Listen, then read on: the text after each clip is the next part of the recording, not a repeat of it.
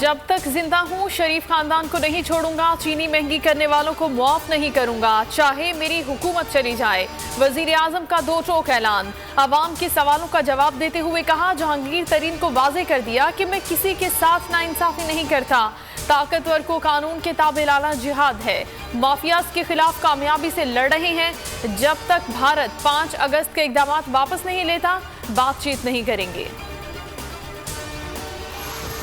नैब लाहौर का लीगी सदर और अपोजिशन लीडर शहबाज शरीफ की जमानत के खिलाफ सुप्रीम कोर्ट में अपील दायर करने का फैसला।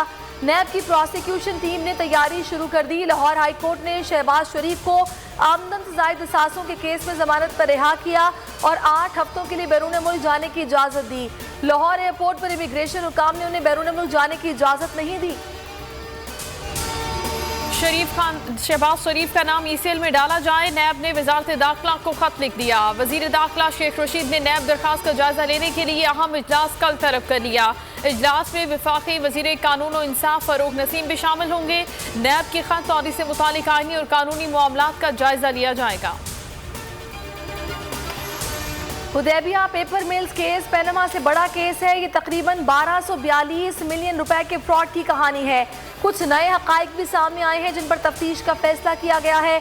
वज़ीर इत्तलात फवाद चौधरी का ट्वीट कहा, तफसीली तफ्तीश के बाद इस केस का एक दिन भी अदालती ट्रायल नहीं हुआ। इंसाफ का तकाजा है कि तमाम इदारे अपना किरदार अदा करें।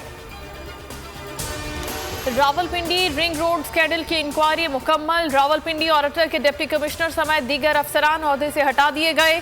रिंग रोड के असल नक्शे को तब्दील करके चंद शख्सियात को फायदा पहुंचाया गया। फिरदौस आशिकावान कहती हैं, रिंग रोड मंसूबे का मामला नैब को भिजवा रहे हैं।